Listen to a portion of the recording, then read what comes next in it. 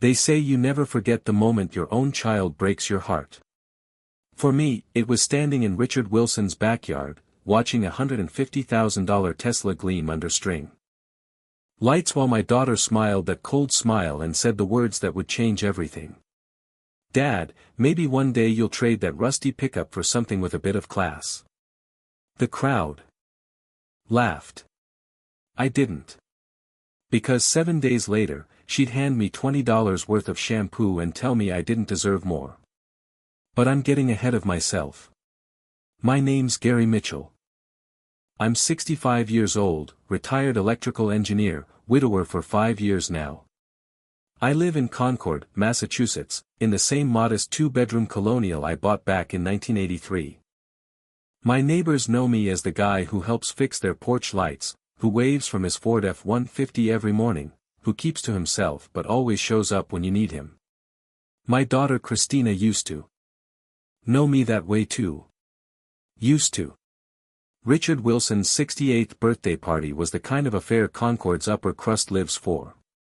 His estate sprawled across 2 acres of manicured lawn, complete with rose gardens, a stone fountain, and enough outdoor lighting to make the place glow like a movie set. I pulled up in my truck around 7, the engine rattling a bit louder than I'd like. The driveway was already packed. BMWs, Mercedes, a couple of Audis. My blue F-150 looked like a workhorse among thoroughbreds. I didn't mind. That truck had carried me through 30 years of New England winters. It had carried Christina to college, packed with everything she owned. Reliable. That's what mattered. I grabbed the gift I'd brought for Richard, a bottle of 18-year Glenlivet, and made my way through the iron gates. The backyard was something out of a magazine. White linen tablecloths, a quartet playing soft jazz, waiters in bow ties passing champagne flutes. About 50 guests mingled, their laughter mixing with the clink of crystal. I spotted Richard near the fountain, silver-haired and confident, greeting everyone like the CEO he'd been before. Retirement. Good man. I'd always respected him. Then I saw her. Christina. My daughter. 37 years old, wearing a silk dress that probably cost more than my monthly pension. Diamond earrings catching the light. Her husband Jonathan stood beside her, tall, polished, his Rolex glinting as he raised his glass. They looked like they'd stepped off the cover of a yacht club brochure. I felt a swell of pride, like I always did when I saw her. My little girl. The one I'd worked double shifts for, the one I'd sacrificed everything to give a better life. I walked over. Smiling. Christina, Jonathan. Good to see you both. Christina air-kissed my cheek, her perfume sharp and expensive. Dad. You made it. Her tone was light, but something in her eyes was distant. Jonathan shook my hand, his grip just a little too firm, his smile just a little too practiced. Gary. How's the old truck holding up? Before I could answer, Christina turned to the crowd.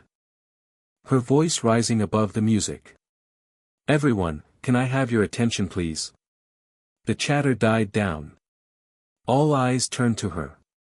She was good at commanding a room, always had been. Jonathan and I have a very special gift for Richard tonight. Something to show just how much we appreciate everything he's done for us.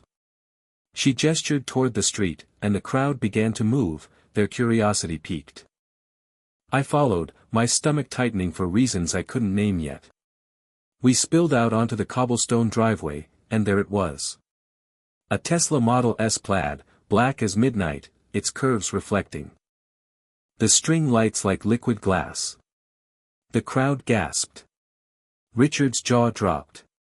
Jonathan puffed out his chest, tossing the key fob in the air and catching it with a grin.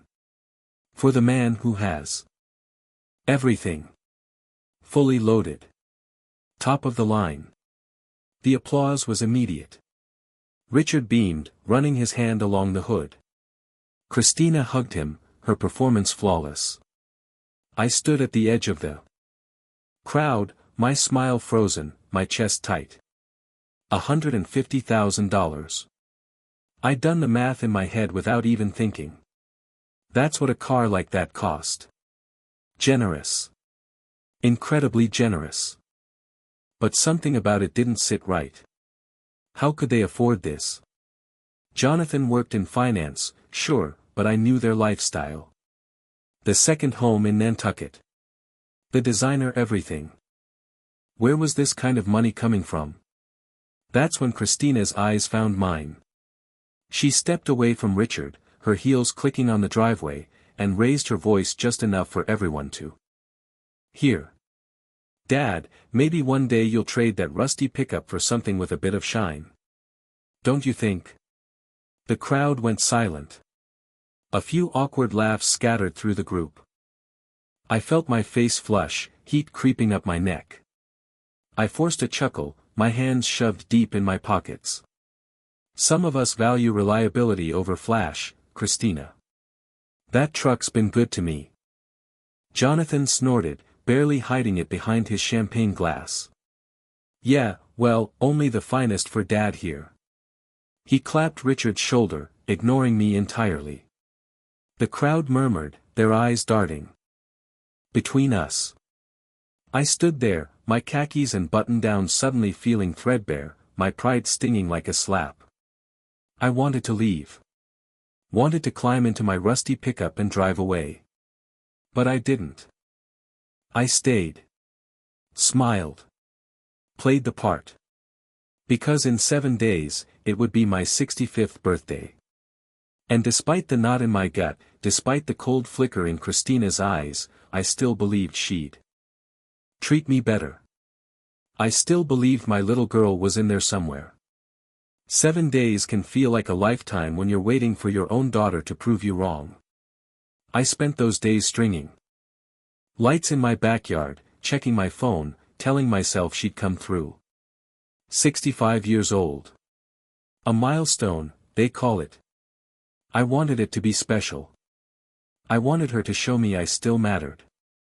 The morning of my birthday arrived with clear skies and the smell of fresh cut grass. I was up at dawn, arranging folding tables on the lawn, draping them with red checkered cloths my late wife Martha had loved. I fired up the old grill, set out plastic cups and paper plates. Nothing fancy. Just honest, simple, real. My brother Carl showed up early to help, along with Ellen Carter from next door and a handful of neighbors who'd known me for decades. Good people. The kind who show up. By 6 o'clock, the backyard was full. About 20 folks, laughing, eating burgers and potato salad. The Bluetooth speaker playing Johnny Cash and Creedence Clearwater Revival. Ellen's terrier ran circles around the kids. Tom from the country club handed me a bottle of whiskey with a grin. To 65 years of being the best damn engineer Concord ever had. The crowd cheered. I felt whole. Almost. But my eyes kept drifting to the gate. Waiting. 7 o'clock came and went. No Christina. No Jonathan. I checked my phone. No messages. Just the text from 3 days ago. Her response to my invitation. We'll try to make it. Busy week. Those 4 words had felt like a gut punch then. They felt worse now. I was cutting into the birthday cake Maria from Minuteman Cafe had made when the gate finally creaked open. 8:15. 2 hours late. Christina swept in like. She was walking a runway, silk dress shimmering, sunglasses perched on her head despite the fading light. Jonathan followed, scrolling his phone, his blazer tailored to perfection.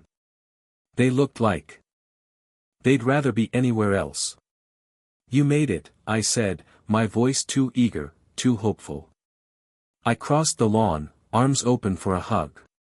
Christina offered her cheek, barely touching me. Traffic, she said. Though her tone suggested she didn't care if I believed it. Jonathan nodded, didn't even look up from his screen. I swallowed the disappointment, gesturing toward the food table. Grab a plate. There's plenty. Burgers, coleslaw. Carl made his famous baked beans. Christina scanned the yard, her lips pressing into a thin line, like she was appraising a yard sale. Cute setup, Dad. Very. Her voice trailed off. Very you. The way she said it. That word. You. It wasn't a compliment. A few guests noticed, their smiles faltering. I forced a laugh, clapping my hands together. Well. Let's do presents, shall we? The gifts piled on the corner table were thoughtful. Ellen had knitted me a scarf. Carl gave me a biography of Ulysses Grant, knowing I loved Civil War history. Tom handed over a gift card to the hardware store. Each one felt like a warm handshake, a reminder I was valued. Then Christina stepped forward, a crumpled gift bag dangling from her fingers. Tissue paper sticking out like it had been shoved in at the last second. Happy birthday, Dad, she said, her voice flat. She dropped the bag onto the table. It landed with a soft thud. I reached inside, my heart still holding on to hope. Maybe a watch. Maybe a framed photo. Maybe something that said I love you, Dad. I pulled out a plastic bottle. Shampoo. Generic brand. The kind you grab at a gas station. And a bar of soap. The bag was suddenly heavy in my hands, heavier than it should have been. I stared at it, my smile frozen, my mind trying to process. For you. Christina said, louder now, her voice carrying across the yard. You don't deserve more than that. The backyard went silent. The music seemed to cut out, though it was still playing. Every eye turned to us. Ellen's hand flew to her mouth. Carl's jaw tightened. A little girl, Tom's granddaughter, maybe 6 years old, tugged my sleeve, her eyes wide with confusion. Why is the pretty lady being mean to Grandpa Gary? I couldn't answer. My throat had closed up. Christina's smirk was sharp, practiced. Jonathan chuckled, leaning back in his chair like he was watching a comedy show. Maybe upgrade that smell of yours too, Gary, he said, waving his hand like he was swatting away a fly. This place could use some freshening up. You ever think about selling? Moving into something, I don't know, less quaint? Christina laughed. Sharp. Cruel. A sound I'd never heard from her before. The guests shifted, their discomfort palpable. I stood there. The shampoo bottle cold in my hand, my pulse roaring in my ears. And then something inside me snapped. Enough, I said. My voice cracked through the air like a whip. Plates rattled. A plastic cup tipped over, lemonade pooling on the checkered cloth. Christina's smile vanished. Jonathan straightened in his chair, his eyes narrowing. Enough, I repeated, quieter now, but firm. Every eye was on me. My chest heaved. You come to my home. 2 hours late. You mock me. You insult me. In front of people who actually care. I stepped closer, my voice shaking with something I'd kept. Buried for too long. I gave you everything, Christina. Everything. And this is what I get. $20 of drugstore garbage and your contempt. Her face flushed. She grabbed her purse. Her heels clicking sharply on the grass. Ungrateful, she hissed. Come on, Jonathan. We're leaving. He followed without a word, and they stormed through the gate. The engine of her BMW roared to life. Tires screeching as they disappeared into the night. The party fell apart after that. Guests hugged me, their voices soft, pitying. Ellen squeezed my hand. You didn't deserve that, Gary. Not one bit. Carl stayed late, helping me clean up in silence, his anger simmering on my behalf. When everyone finally left, I stood alone in the backyard, the string lights swaying gently in the spring breeze. I picked up the gift bag, stared at the shampoo, and something inside me turned cold. Hard. I walked inside, sank into my armchair, and that's when I saw it. An old Father's Day card. Tucked into a photo album I'd been flipping through the night before. Construction paper, crayon drawings. You're my hero, Dad. Love, Chrissy. Age 8. I stared at that card for a long time. Then I opened my laptop. And I saw what she'd posted an hour ago. Worst father ever. Threw a tantrum at his own party. So embarrassing. Hashtag drama. Below it, a photo of the shampoo. His big gift. LOL. 23 likes already. I closed the laptop. My hands were steady. My mind was clear. She'd made her choice. Now I'd make mine. I didn't sleep that night. I sat in my armchair. The house dark except for the glow of my laptop, scrolling through Christina's Facebook post over and over. Worst father ever. Her friends piling on in the comments. What a drama queen. You deserve better, Christina. Each word was a knife, but it did something unexpected. It cleared my mind. Sharpened my focus. I'd spent 40 years as an engineer, solving problems. Finding weak points in systems. And right now, my daughter and her husband were a system full of cracks. The next morning, I called Frank Donovan. Frank and I went back 35 years. Back to when we both worked at Raytheon. He'd been the project accountant, I'd been the lead engineer. We'd helped each other ever since. He'd guided my investments, turned my modest salary into something substantial. And he had a nose for numbers that didn't add up. Meet me at the Minuteman Diner, I said. 10 o'clock. I need your eyes on something. The diner smelled like coffee and bacon. Grease, the kind of place that hadn't changed since 1970. Frank was already in a corner booth when I arrived, his gray hair thinner than I remembered, his hands shaking slightly from arthritis. He slid a manila folder across the Formica table before I even sat down. You're not going to like this, Gary, he said, his voice low. I did some digging after you mentioned that Tesla at Richard's party. Called in a few favors at the bank. He tapped the folder. Christina and Jonathan didn't buy that car with their own money. I opened it. Bank statements. Wire transfers. Account numbers I didn't recognize. My pulse quickened. What am I looking at? Fraud, Frank said bluntly.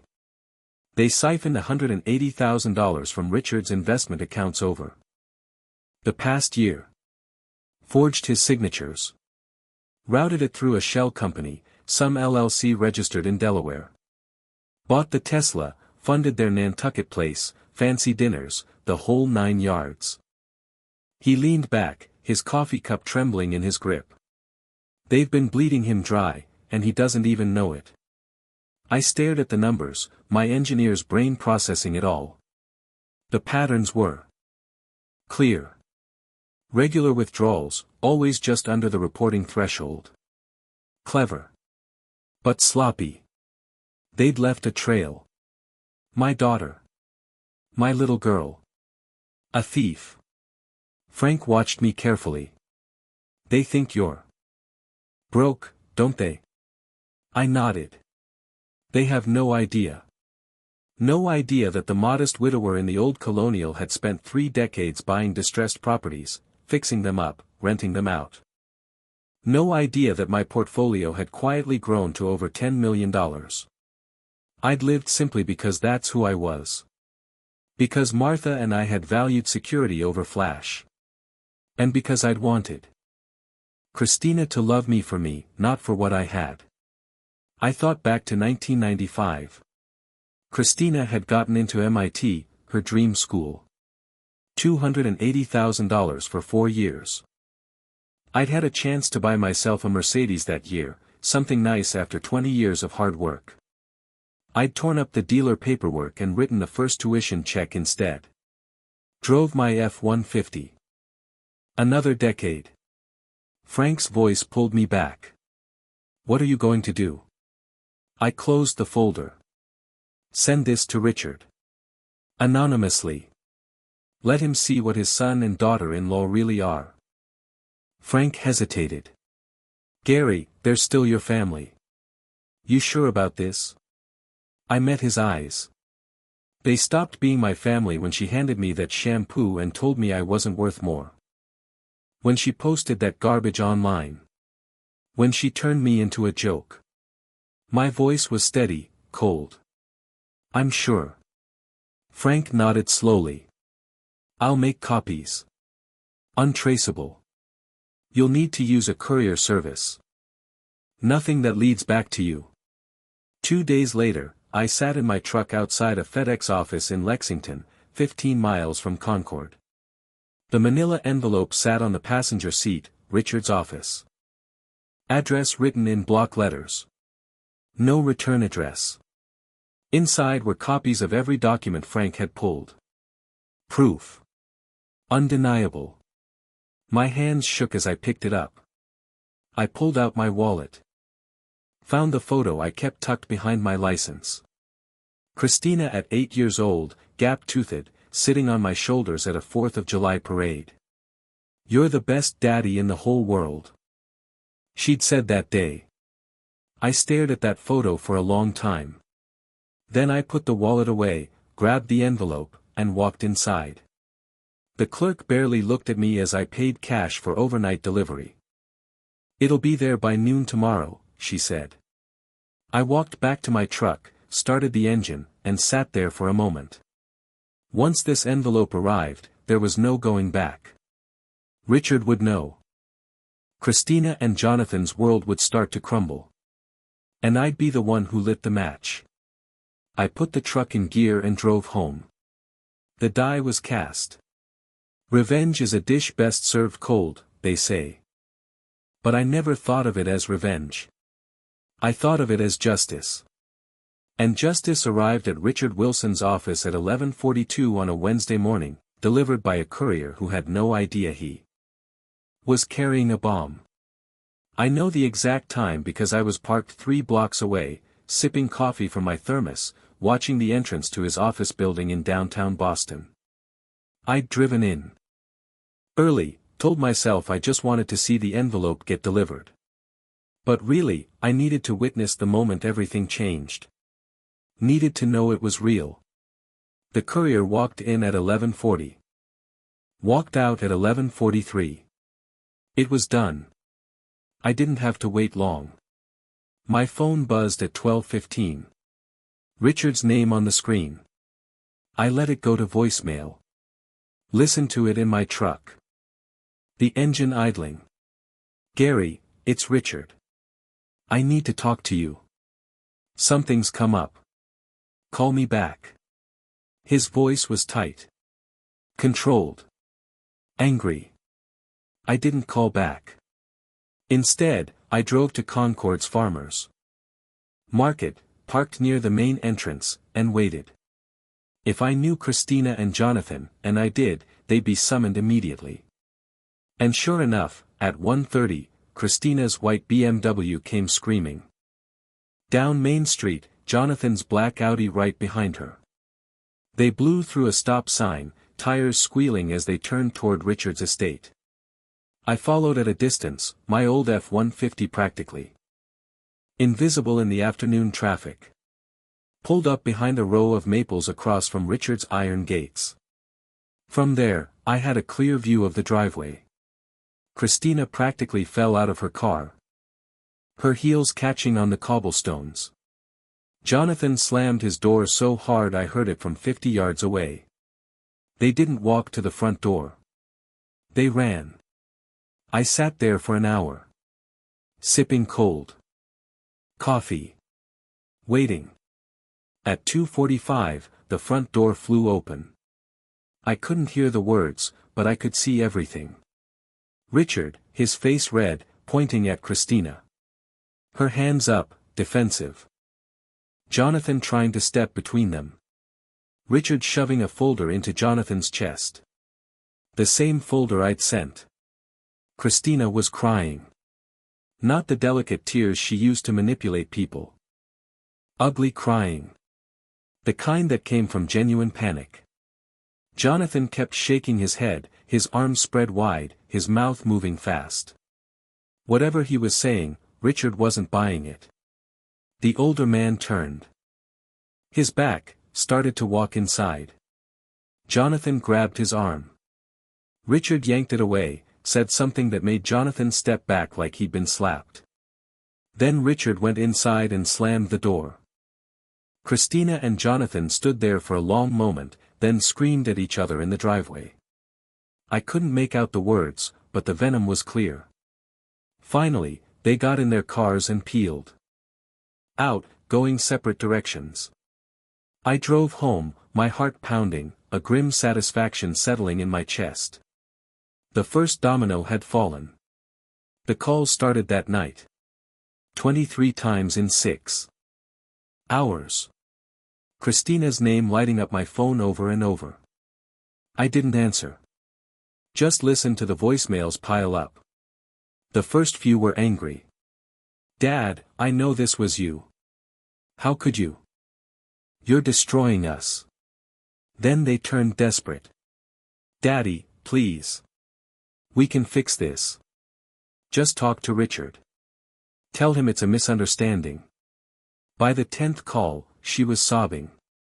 I'm sorry. I'm so sorry. Please make it stop. I deleted every single one. The next morning, I walked into Minuteman Cafe for my usual coffee. The place went quiet when I stepped inside. Not hostile. Curious.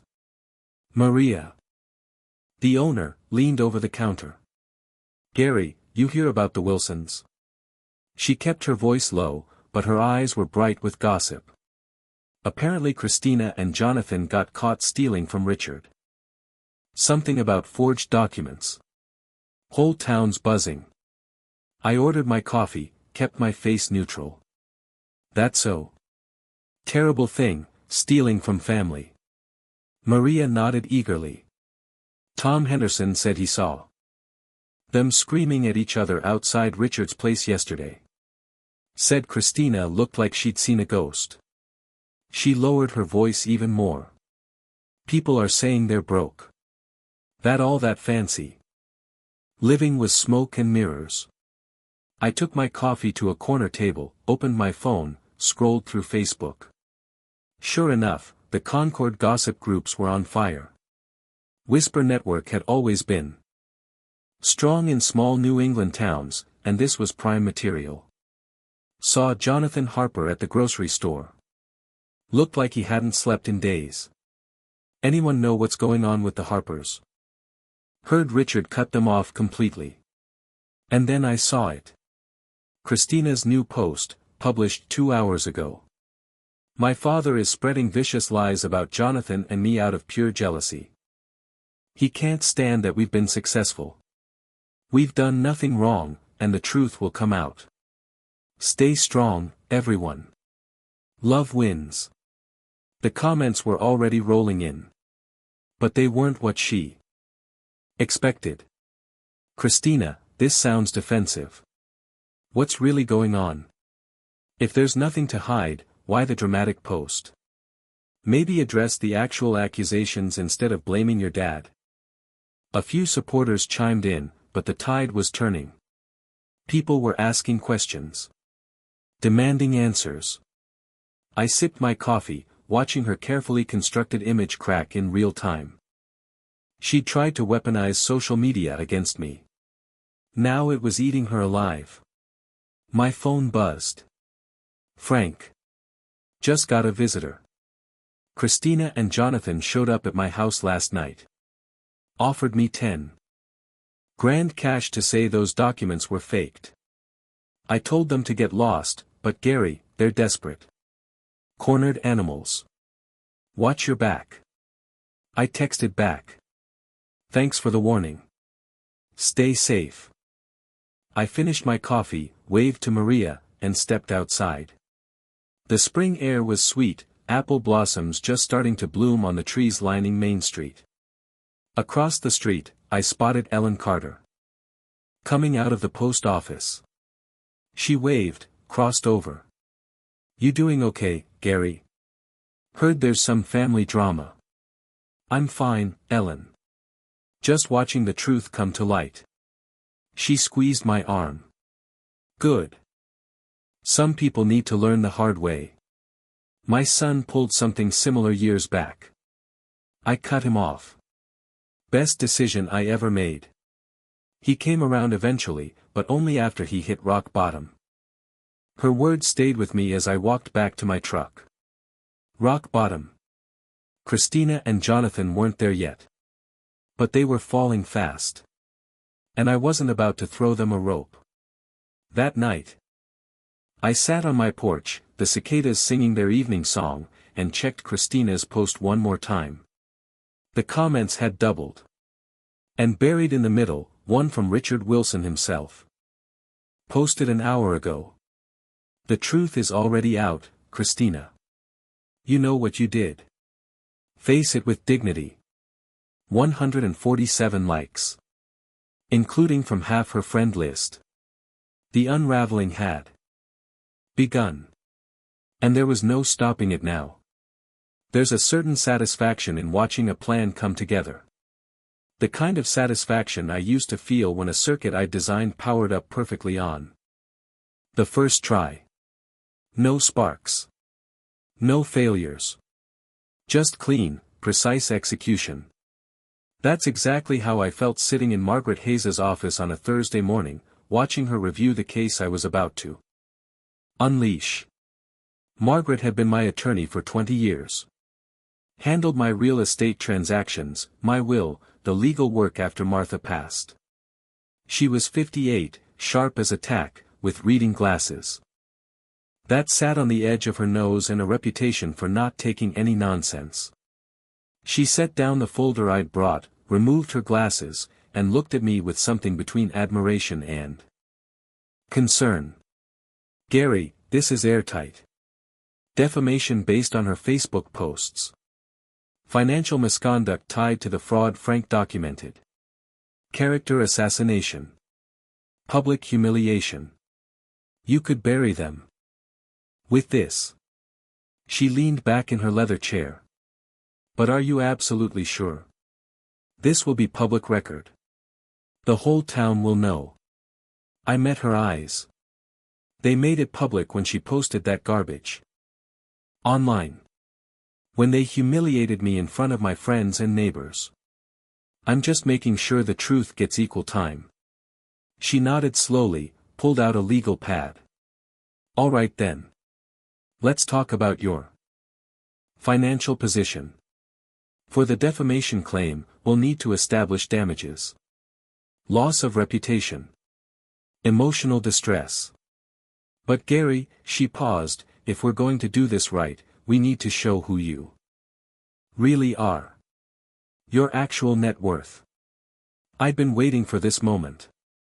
I pulled out my own folder. Comprehensive. Every property I owned. Every stock certificate. Every bond. The full picture I'd kept. Hidden for 3 decades. Margaret's eyes widened as she flipped through the pages. 10.2 million, she said softly. Real estate portfolio across 6 properties. Diverse stock holdings. Municipal bonds. Gary, most of my clients would have this plastered on their LinkedIn profiles. You've been driving that old truck and living in a 1,500 square foot house. I wanted to be loved for who I am, I said quietly. Not what I have. Guess I got my answer. Margaret was silent for a moment, then started typing on her laptop. We'll file tomorrow.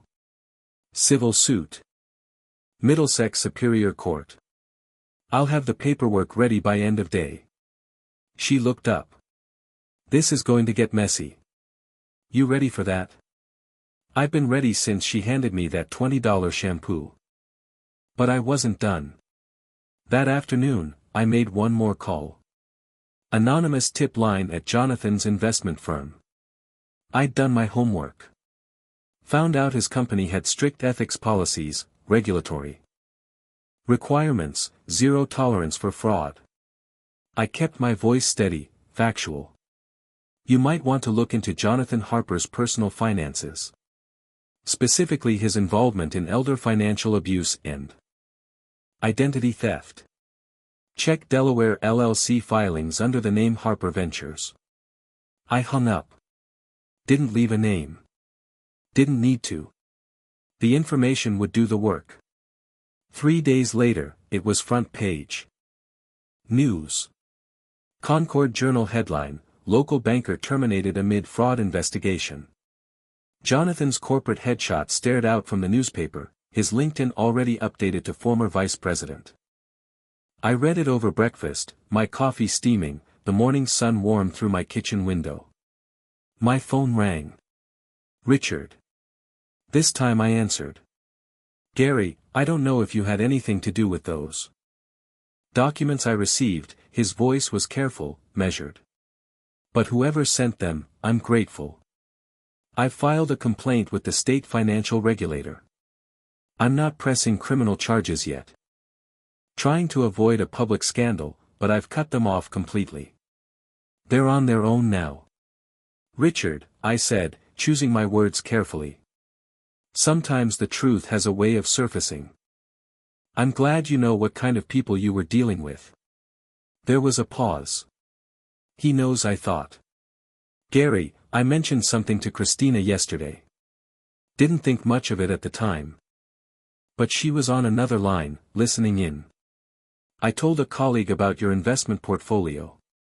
How you'd quietly built substantial wealth over the years. How modest you've always been about it. He cleared his throat. She heard everything. She knows. My chest tightened. How'd she react? She hung up. Haven't heard from her since. But Gary, be careful. Desperate people do desperate things. I thanked him and hung up. Walked to my front window, looked out at the quiet street. My truck sat in the driveway. Reliable. Unchanged. But everything else was about to change. Because Christina now knew the truth. Knew that the father she'd dismissed as a broke old man was worth more than she'd ever imagined. Knew that every insult, every mockery, every slight had been based on a lie she'd told herself. And I knew what was coming next. The apologies. The excuses. The begging. I poured another cup of coffee and waited. I didn't have to wait long. They came at dawn. I was on my porch. Coffee in hand, watching the sun paint Concord's colonial rooftops gold, when Christina's BMW pulled up to the curb. She stepped out first, no designer dress this time. Jeans. A wrinkled blouse. Her hair pulled back in a messy ponytail.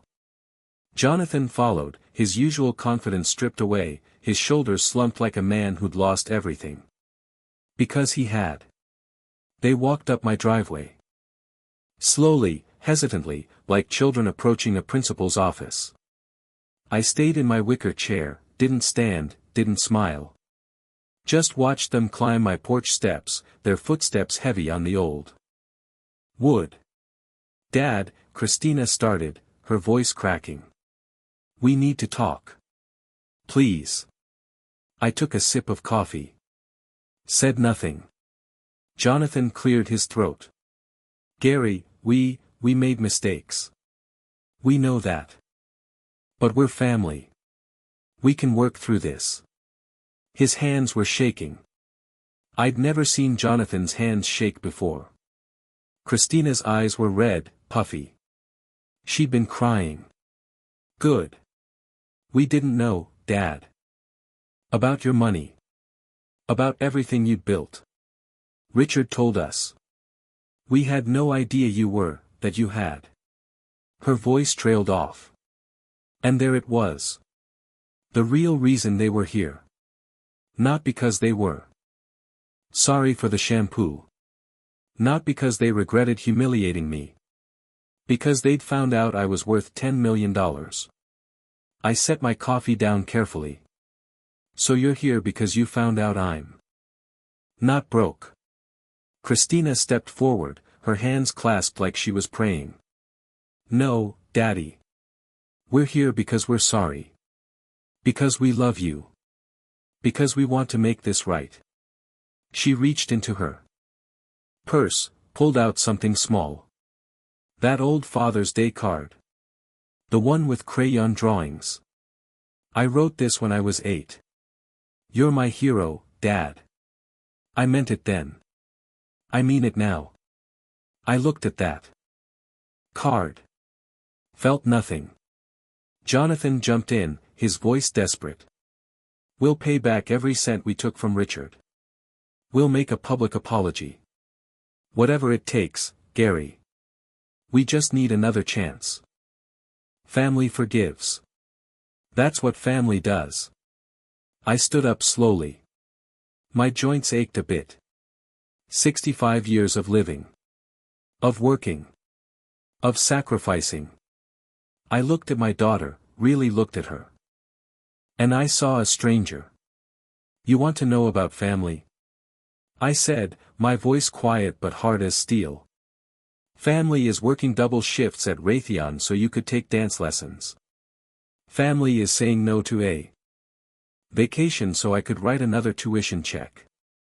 Family is missing your MIT graduation because I picked up weekend work to cover your summer in Europe. Christina's face crumpled. Daddy. I didn't know, I didn't ask you to. No, you didn't ask. Because you never thought about what things cost. What I gave up. I stepped closer, my words measured. Family is walking you down the aisle. Writing a $50,000 check for a wedding I couldn't afford, smiling through it because seeing you happy mattered more than anything. And what did you give me? A $20 bottle of shampoo and a Facebook post calling me the worst father ever. Tears streamed down her face. I was wrong. I was so wrong. Please, Daddy. That girl who wrote this card, I pointed at the crayon. Drawing in her hands, she's gone. And you killed her. You and him. I looked at Jonathan. You wanted my money. You don't get to buy back respect. You don't get to buy back dignity. Those things are earned. And you threw them away. Jonathan's jaw tightened. We'll sue. You can't just cut us out. Try it, I said coldly. My lawyers are better than yours. And unlike you, I can actually afford them. I walked to my front door, my hand on the knob. You made your choices. You humiliated me. You stole. You lied. Now you face the consequences. Justice isn't revenge. It's just the bill coming due. Daddy, please, Christina sobbed. Don't do this. I looked at her one last time. Saw the little girl I'd carried on my shoulders. The teenager I'd taught to drive.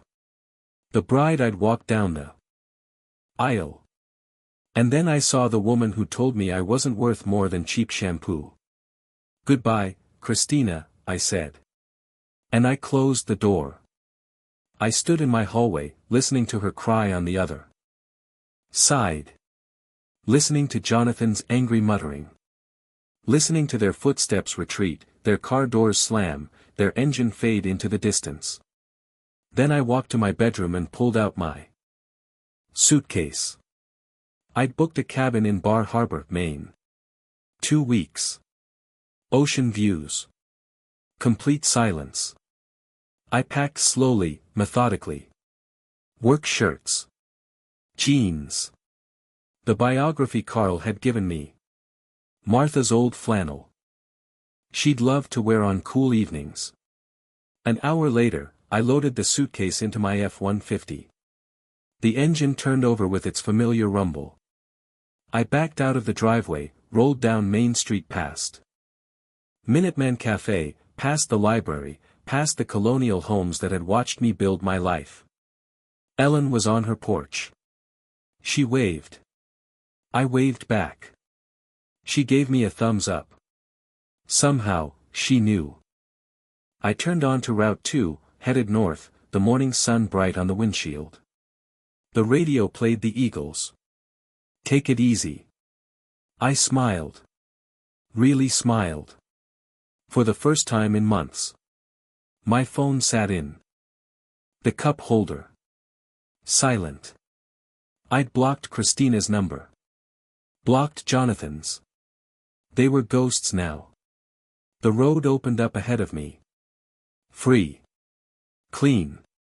Mine. I'd spent 65 years being a good father. A good husband. A good man. And I'd learned the hardest lesson of all.